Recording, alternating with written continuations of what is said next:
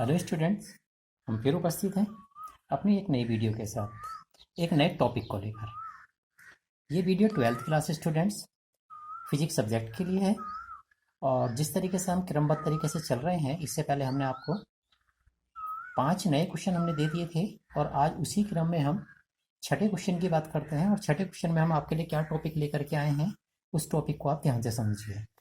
ये टॉपिक है हमारे पास, एक समान वैद्युत क्षेत्र के भीतर रखे एक समान वैद्युत क्षेत्र के भीतर रखे वैद्युत द्विध्रुव पर लगने वाले बल के लिए सूत्र प्राप्त कीजिए।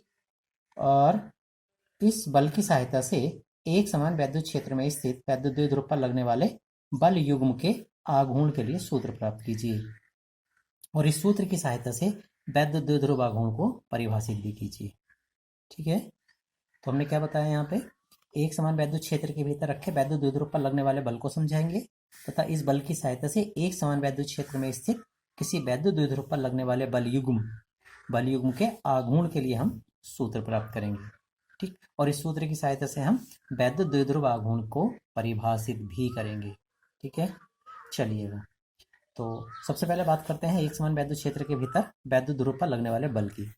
तो एक समान वैद्युत क्षेत्र में स्थित वैद्युत द्विध्रुव या अन्य आवेशित निकाय को रखने पर उस पर लगने वाले बल का मान Qe होता है।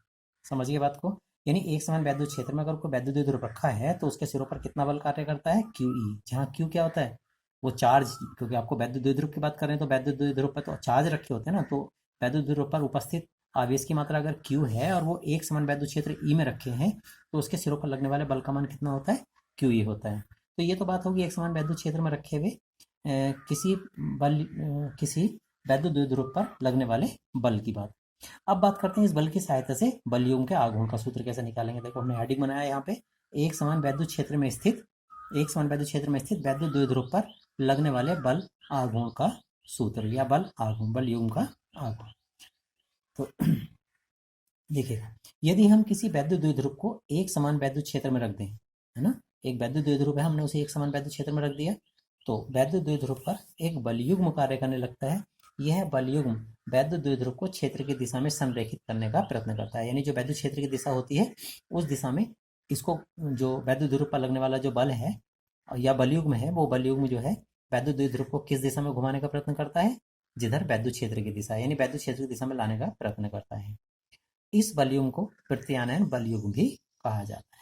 इस बलयुग्म को हम क्या बोलते हैं, प्रत्यानयन बलयुग्म भी कहते हैं। ठीक हो गया, तो चलिएगा, ये वैद्युत द्विध्रुव है, देख लीजिएगा, इसका चित्र देख लीजिए ध्यान से करके। ये वैद्युत द्विध्रुव है। वैद्युत द्विध्रुव, इससे पहले मैंने कई बार बता दिया, वैद्युत द्विध्रुव एक ऐसा निकाय होता है जिसमें दो बराबर, देखो यहाँ भी Q और यहाँ भी Q है तो बराबर, परंतु विपरीत प्रकृति के, एक माइनस है एक प्लस है, तो दो बराबर परंतु विपरीत प्रकृति के आवेश एक दूसरे से अल्प दूरी पर रखे होते हैं। ये अल्प दूरी होती है 12।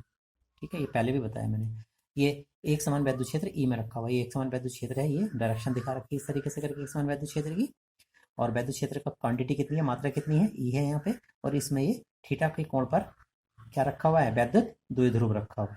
ठीक है, अब जैसे ये वैद्युत द्विध्रुव थीटा के कोण पर रखा हुआ है, तो अभी मैंने बताया वैद्युत द्विध्रुव को ये जो वैद्युत क्षेत्र के कारण इसके सिरों पर लगने वाला जो बल होगा वो इसको घुमाने का प्रयत्न करेगा। और वो भी किस तरीके से घुमाएगा, जो वैद्युत क्षेत्र की दिशा होगी उस दिशा में, यानी इसको क्षैतिज करने की कोशिश करेगा। ये इस तरीके से रखा हुआ है, तो इस तरीके से रखने के बाद ये ऐसे करके घुमा देगा इसको, इस तरीके से करके। आप समझ पा रहे हो बात को।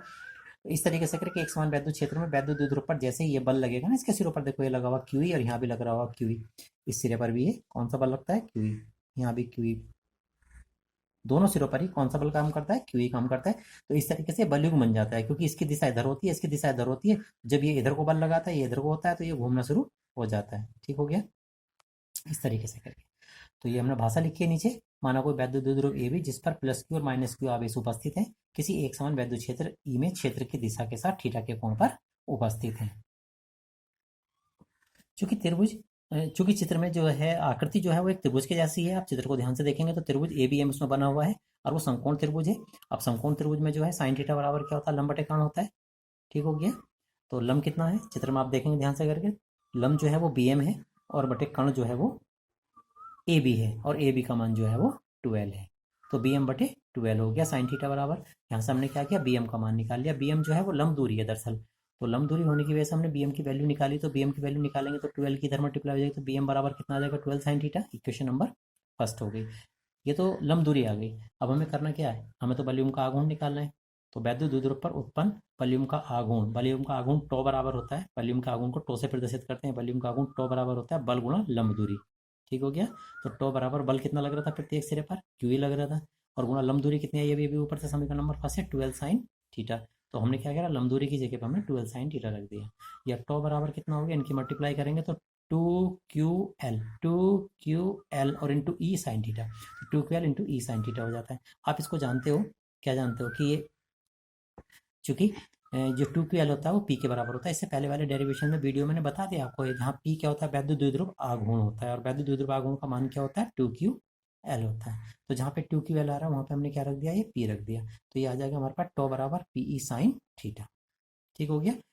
इस तरीके से करके ये वॉल्यूम के आघूर्ण का एक फार्मूला आ जाता है। लेकिन इसमें भी कुछ कंडीशंस आती हैं। क्या आती हैं, देखो बताते हैं। वैद्युत क्षेत्र के भीतर रखे द्विध्रुव के लिए निम्न 3 स्थितियां, कौन कौन सी स्थितियां, यह है वैद्युत द्विध्रुव अगर वैद्युत क्षेत्र के समांतर हो। अब जब समांतर हो जाएगा तो सीधी सी बात है, इसमें थीटा की वैल्यू जीरो हो जाएगी। तो टो बराबर पी और साइन थीटा की जगह पर हमने जीरो रख दिया, और साइन जीरो को आप पता है साइन जीरो जीरो होता है। तो टो बराबर कितना आ जाता है, जैसे यहाँ जीरो रखेंगे तो मल्टीप्लाई करने के बाद जीरो आ जाएगा। यानी इसका मतलब एक बात पक्का हो जाता है पहली कंडीशन के हिसाब से, कि अगर वैद्युत द्विध्रुव वैद्युत क्षेत्र के समांतर रखा होता है तो वैद्युत द्विध्रुव पर लगने वाला जो बल युग्म का आघूर्ण होता है, टो होता है, उसका मान जीरो हो जाता है।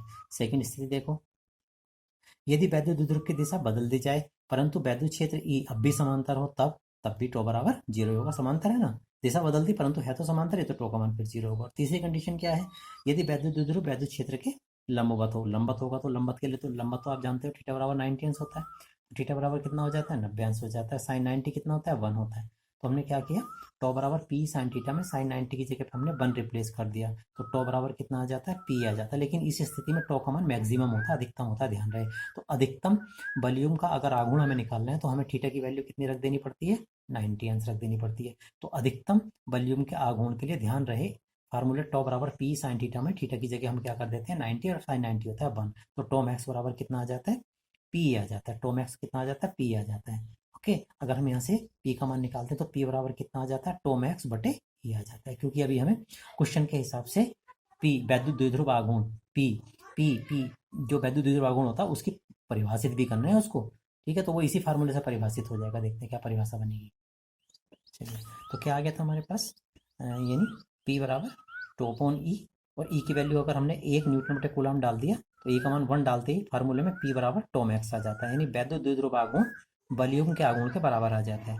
वैद्युत द्विध्रुव आघूर्ण किसके बराबर आ जाता है, बलयुग्म के आघूर्ण के बराबर आ जाता है। वो भी कब, जब वैद्युत क्षेत्र का मान एकांक हो या एक हो। बस यहीं से इसको डिफाइन किया है। देखिए, किसी वैद्युत द्विध्रुव का द्विध्रुव आघूर्ण उस अधिकतम बल युग्म के बराबर होता है, उस अधिकतम बल युग्म के बराबर होता है जिसे एकांक में एक समान वैद्युत क्षेत्र के भीतर लंबवत रखने पर वैद्युत द्विध्रुव पर कार्य करता है। तो ये परिभाषा बन जाती है किसकी, वैद्युत द्विध्रुव आघूर्ण की। ठीक हो गया। एक बार मैं फिर बता दूं, किसी वैद्युत द्विध्रुव का द्विध्रुव आघूर्ण उस अधिकतम, देखो ये अधिकतम टो मैक्स के बराबर हो रहा है ना, वैद्युत द्विध्रुव आघूर्ण, वैद्युत द्विध्रुव आघूर्ण तो पी होता है, पी जो है टो मैक्स के बराबर हो रहा है। यानी अधिकतम बल युग्म के बराबर हो रहा है कि नहीं हो रहा है वैद्युत द्विध्रुव आघूर्ण का मान। तो बस यहीं से इसको परिभाषित किया है, किसी वैद्युत द्विध्रुव का द्विध्रुव आघूर्ण उस अधिकतम बल युग्म के बराबर होता है जिसे एकांक में एक समान वैद्युत क्षेत्र के भीतर लंबवत रखने पर वैद्युत द्विध्रुव पर कार्य करता है। समझ गए बात को। तो ये था वैद्युत, अगर एक समान वैद्युत क्षेत्र के भीतर कोई बल युग्म, वैद्युत एक समान वैद्युत क्षेत्र के भीतर अगर कोई वैद्युत द्विध्रुव रखा हुआ है तो उस पर लगने वाला या उत्पन्न होने वाले बल युग्म के आघूर्ण के लिए सूत्र, इसकी सारी कंडीशंस। तो इस वीडियो में तो केवल इतना ही था। नेक्स्ट वीडियो में नए टॉपिक को लेकर के फिर हाजिर होते हैं। धन्यवाद।